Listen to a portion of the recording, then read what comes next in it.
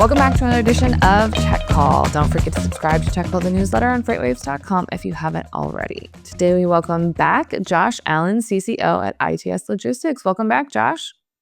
Thank you, Mary. Glad to be here. I'm excited for today. We've done some looking into 2025, some kind of predictions for the market, but this one we're diving in really deep and getting some spicy takes, and I am here for it. So before we get too far into that, Josh, is the freight recession done? Is it done and dusted? Are we looking at a turnaround? What's your thoughts? Well, gosh, I hope so. That's the first thing. I hope so. From my perspective, I don't think I can claim that it's over. I know that others have, and others wish that it's over. I certainly think that we're at the bottom from a rate standpoint. But to me, we need several things to occur in order to get really, really healthy. And one of them is increased demand, which you're seeing some flavors of peak seasonality. You're also seeing what could potentially be impactful in the ports, and from a Trans-Pacific standpoint, you're seeing some challenges there. But is it just seasonality? Is it just a head fake?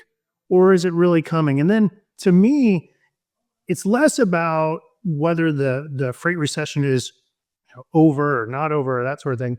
My biggest area of concern or interest is what's on the other side. If the expectation is that there's a hockey stick and there's all of a sudden a reversal to 2020, 2021, and it's just gangbusters and everybody's investing left and right and doing crazy stuff, and rates are jumping out of the gym, I don't see it. I see more of a steady, consistent growth. Perhaps we see, in years to come, we see very typical or traditional peak seasons or volatility around the typical produce seasons, if you follow that calendar. So I'm really curious to see what's on the other side. My guess, it's a steady growth, but hey, other people have different views. I like to think of it as a slow creep, because I don't think we're going to flip and be back in the pandemic where everyone's basically like printing their own money and shippers are just like crying when they get their transportation bill. I think it's more of a slow creep back to our 2018, 2019 levels. And unfortunately, on the other side, or not necessarily on the complete other side, but to start us off following this little peak, this little pop of demand, is January and February, two of the notoriously slow holiday months of the year for freight. So I think March is going to be quite telling to see kind of that. I think that's really going to set the tone for the rest of the year, more or less. But that being said, what segments do you think are going to see the strongest start in 2025? So January 1, are we going to see reefers come out on top, dry van, intermodal, flatbed? What do you think is going to be that mode that says, hey, I'm going to start the year off with a bang? Yeah, really good. So I love your March statement. I think that's fantastic. And I think there's a lot of truth to that. But if you think about it, as soon as the calendar flips, to me, I think you've got to wrap around from e-commerce, retail, the activities that we're driving, peak and surcharges and that sort of thing. So I think there's a wraparound for a couple of weeks. And then I think the discussion is going to be tariffs, Chinese New Year, what's going on, what's real, what's fictitious. So fictitious. So as a result, I think intermodal and drayage, I think port activity, I think anything connected to international trade inside the first quarter. I'm not saying it's going to be a hockey stick. It's going to have significant growth. What I'm saying is it's probable we're going to have various flavors of volatility. And so I think you need to keep a close eye on any sort of activity that is happening in those areas. And then secondly, we talked about the wraparound from, holiday season, gift giving, e-commerce and retail. And so I think dry van continues to do well in January. And then all of a sudden, I think it's going to dry up a little bit. And then reality is going to start to set in. And then we're going to start thinking about, okay, what does it look like when we start to stretch into, the first couple produce seasons, different parts of geography there. And so I'm curious to see how that plays out, but I think it'll be really nice, but a bit of a head fake early on in January. I feel oh, God. Yeah, and then I think back to your comment about March, and we'll see what happens. If if it's true that there could be an impending housing and building boom on the other side of this thing, which I tend to go along with because I think it starts to make some sense. You could see building materials, flatbeds, step decks, specialized in the spring really have some nice results. I mean, flatbed always traditionally has a pretty strong spring. But I think one of the things that is interesting is because I've worked in different industry. I've worked with different types of industries. So, I've spent 3 years where my busy time was January, February, March because I worked in agriculture. So I had to get seeds where they needed to be. And like peak season right now, I didn't have freight for anybody because nobody's planting seeds in the ground when there's snow on the ground. So I think that but as a whole, a majority of industries do follow the traditional retail peak season and other stuff like that. So I think this is going to be specifically for different brokers and carriers. I think this is why it's really important to kind of diversify the different industries that you're involved in. So in theory, in a perfect world, you could always be in the middle of a different industry's peak season because obviously food or obviously beverage is pretty poppin' in the summer, and then also around the holidays as well. So I think as long as you kind of try to get a little bit from everybody, it should feel like you're having a busier start to the year. But it also just depends on kind of your freight profile and your freight mix, you know? Yeah, totally agreed. It's interesting. Peaks come and go. Um, um, Successes and failures come and go. But in order to capitalize on peak, in order to capitalize on the demand that increases, you have to be ready. And I think many companies, especially over the last 2 years, they really kind of struggled to invest in their businesses. And so, for me and for ITS, we feel pretty bullish and we feel very prepared in the fact that we've invested considerable amount of money in technology, people, and then our drop fleet that's got over 3,000 trailers in it. So being able to capitalize on peak and a return could be great. I like the just humble flex of 3,000. You're like, we just casually have 3,000 trailers, no big deal. So one of the things that you talked about earlier, which I have not seen any, not really any, but like I don't think we have all put two and two together. And it could be nothing, it could be something. But I see the end of January being an interesting situation for the global supply chain because we have a new president getting sworn in that has some big promises of tariffs. Whether or not those actually come to fruition is a different story. And then we also, like, not even a week later, we have Chinese New Year, which traditionally shuts down a lot of international shipping because the entire country takes a break. And I don't get me wrong, I love that for them. I love that they celebrate the holiday. But it's a little wrench in the plan. So we're looking at two pretty decently sized wrenches just flinging themselves at the old global supply chain.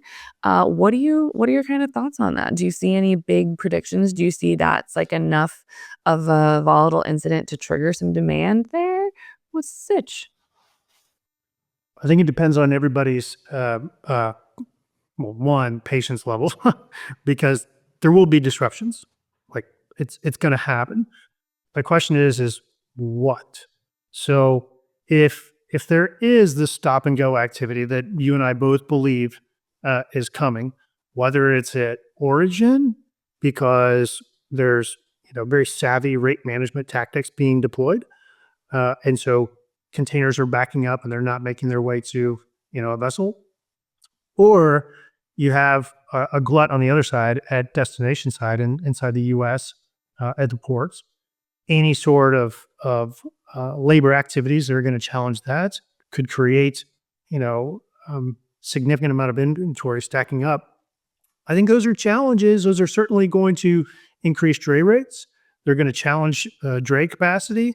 And then subsequently, as it relates to getting those goods cross dock and ultimately delivered, you have slowdowns, you have different types of demands, you have supply chains that perhaps aren't completely prepared for that level of volatility or for the volatility at those specific areas. So that will be in effect as it pertains to flushing through the rest of supply chains in the different modes. I guess we'll see. But certainly on ocean trade, the port activity is going to be interesting. I 1,000% agree. I think I'm actually going to go one step further and say that this could be a very interesting first half of the year for the West Coast ports because we're going to see some dips in volume, obviously as a result of Chinese New Year. Who knows? All we can do is speculate on any potential tariffs that are coming because who knows what those are actually going to be in reality. And then also, the other thing that I think everyone is kind of forgetting is that the East Coast and Gulf Coast port workers still don't have a contract agreed to, and that comes due the 15th of January. So that could potentially kick all of this off, which means a lot of shippers, I'm sure, are already making contingency plans where they ship or they swap stuff to the West Coast. So it could potentially work out nicely where if the East and Gulf Coast go on strike, then everything over in the West Coast, that demand that we miss or that volume that we miss as a result of Chinese New Year, the East Coast ports could just slide right in. But I really don't want to have to live that reality because that sounds I'm not gonna sugarcoat it. It sounds horrible. Um, to have like to basically shut down the East and Gulf Coasts if they can't get to an agreement. Because from what I've seen from various news reports is that it's not the conversation's not going well. Yeah, you could very well be true, or you could very well be correct. It may be challenged. They may kick the can, but I got to tell you, the I find it to be fascinating.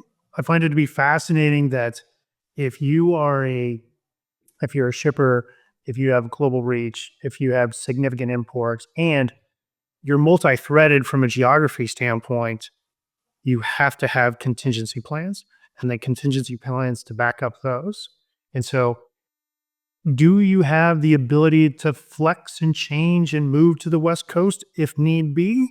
Do your corresponding customers have the capability of delaying deliveries? Are you going to have to speed it up?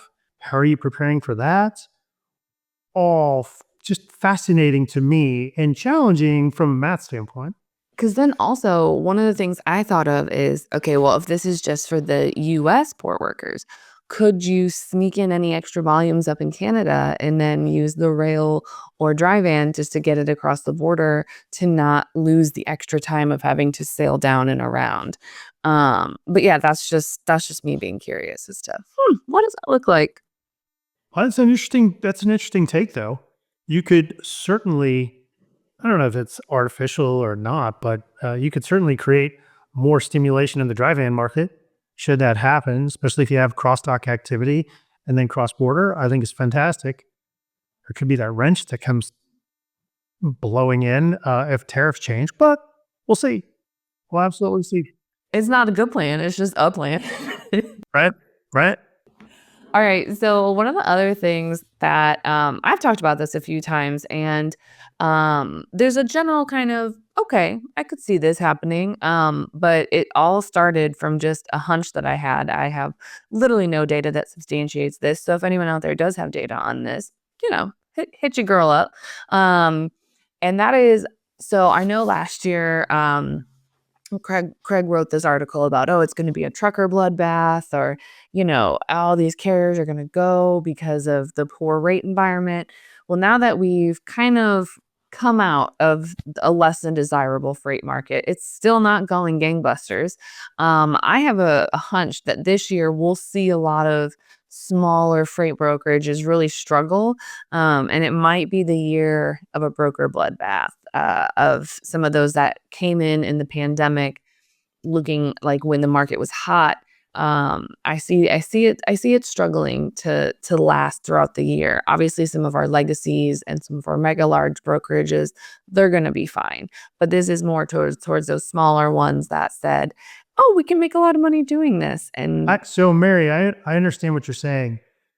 Is there an impending broker bloodbath, or yes, is it? I think I read something else this morning that was something about carrier revenge in yes, 2025. that's kind of the general thing that fueled this, because I was like, "Okay, if all these carriers are gonna come back and say, 'I'm not like, I'm taking all these increases, I'm not backing down any of my rates,' and shippers are like, 'Well, I'm not taking a 13% increase.'"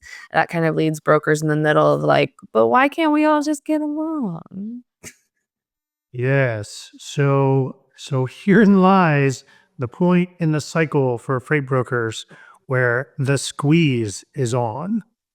It's just a matter of when it comes. It's going to come. There's just no challenging that. When is it and how long is it going to last?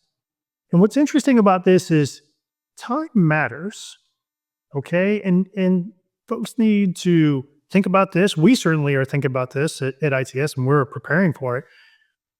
Bid season right now, also Q1. How are you going to price?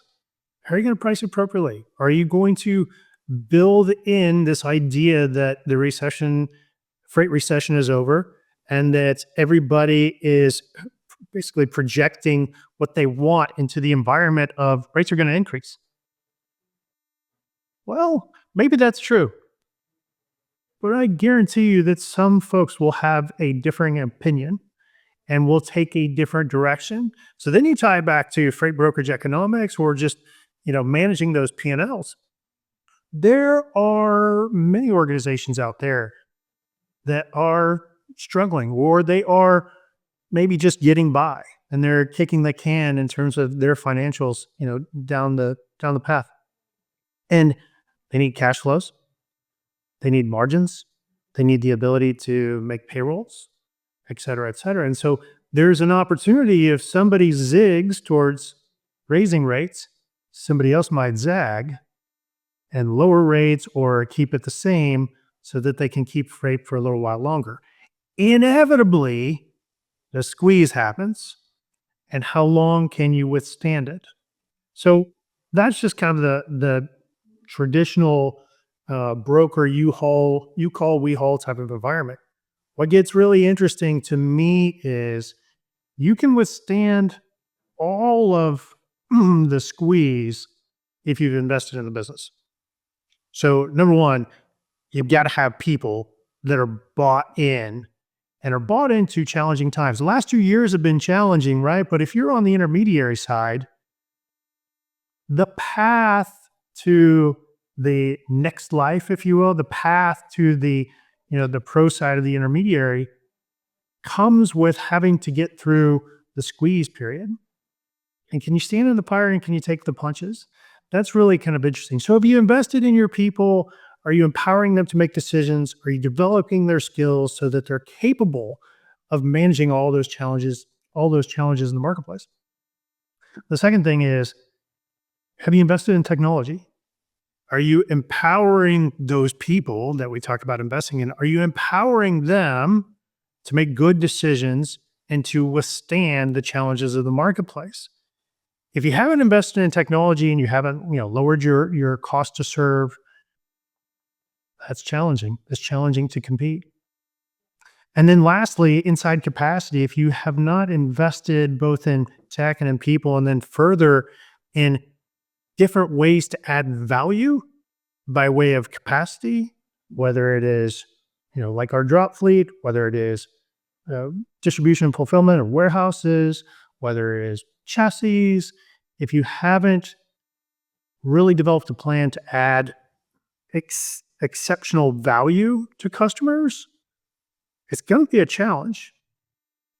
How long will it last? I guess we'll see, but it's going to be tough for a period of time. I think it's really gonna show who has taken the time and, because those who've been around through enough of these cycles know that when it's good, it is good, and all of us are feeling good, but when it's good, you have to take that money and really set it aside for a rainy day because right around the corner from it's really good is it's real bad, and you're hoping to make maybe $50 off a shipment. And that's where I think it's really gonna be interesting here in the next few months because we're gonna see those who did and those who didn't, and kind of it's gonna be kind of a tale of two situations. But one of the things you brought up is investing in technology. I'm not saying that's the answer to everything, but there's been a lot of different studies and research papers and other things like that that say that shippers are leaning on their 3PL or their logistics service provider as that technology. They are leaning on them to have the cutting edge technology. And I think I'm very curious to see how it shakes out for the brokerages that have also made their main focus just very transactional with their shippers and like I'll haul for you, we'll do loads at a time, and then those how who have made service such a big part, and so they really build that customer service, they really build that they build what else can we add value to you. I'm kind of curious to see how it shakes out between the two of those. Yeah, there's certainly all sorts of different types of strategies relevant to investing in technology, and I've been starting to think about it lately as well. Who's the focus? Yes, everybody, we need to invest in tech, and everybody has to invest in tech in order to compete. That's great. What are you going to do with it? Are you adding value to customers and to to carriers and suppliers and that sort of thing? Are you adding value to your team members? Are you making their jobs better, more effective? Are you affecting your own business from a macro standpoint, i.e., are you lowering your cost to serve? You're using AI from an optimization standpoint. You're using different methodologies in order to uh, be able to cover more loads in a day. Who's ultimately being affected by your technology? I think about it in a couple different ways. One, again, I talked about this earlier, but you've got to invest in technology to empower the people. We talk a lot about investing in technology to empower the people. And I used to joke about this all the time. I used to say it was, turning Tony Starks into Iron Men and women all the time. And I think it's really fun, but that's true. That's true. Making them better at their jobs, making them like their jobs, and then subsequently being able to affect customers in a positive way, making their jobs easier, I think is what's, really, really a golden nugget in there that people miss all the time. So sure, we develop technology from a TMS standpoint to manage our lives, but then do you have the ability to integrate with the customer's technology? Are you passing information effectively? Are you notifying customers of impending challenges in a timely fashion? Are you showing, back to the challenge perhaps in Trans-Pacific, later in Q1, are you showing tracking like we do in container AI? Are you showing tracking from origin to destination and making our customers' lives better? If you're not, what are you investing in? What? How are you going to compete? Those are some very compelling arguments that you have just made. But I mean, there's people that have made investment choices in their business that I do not agree with, but that's okay. That's why everybody has their own business and they can do their own things. But that being said, speaking of a different type of investment, we are circling back to our new final question of the show. And we already know where you stand as hot dogs and sandwiches. So, Josh, if you could build a house out of any food, what would you choose? Okay. So I polled my audience at home on this one. So these are not all my, actually, that's not true. I had my own idea, kind of like mine better than theirs, but hey, we'll see how this goes. So one of them voted for pasta. So dry pasta, she felt like it was sturdy, capable of building a house. Maybe she'd live in it, maybe she wouldn't. The other one said gingerbread. Obviously, she was influenced by season. She actually was building a gingerbread house the night before. So, maybe that's a thing. I threw them a curveball. I said Jolly Ranchers. Ooh, that's a good You one. like that? When the Yeah. sun hits it, looks like a kaleidoscope. It does. I mean, you'd have to worry a little bit about melting, but also if you're just like a little hungry, you could because you could do it based off of like rooms. You could have like a blue raspberry room, a grape room, a See? green apple, and then like if you got a little hungry, you could just lick your wall a little bit. See? That sounds weird to say. It Please don't got a lick little weird walls. there, but that's okay. That's okay. The stickiness, I don't know what to do about the stickiness. I don't know. I have to suit up in a different way. I don't so much like the sticky, but You could do it was a wrapped pretty. Jolly Ranchers because then it wouldn't be sticky. Oh, see, now you're thinking. Yeah. Very cool. Yeah. I really like these answers. These uncooked pasta is a first. We've had a lot of pasta, like a cooked pasta, where you get like a pesto room, an Alfredo room, and just scoop out a little of your wall.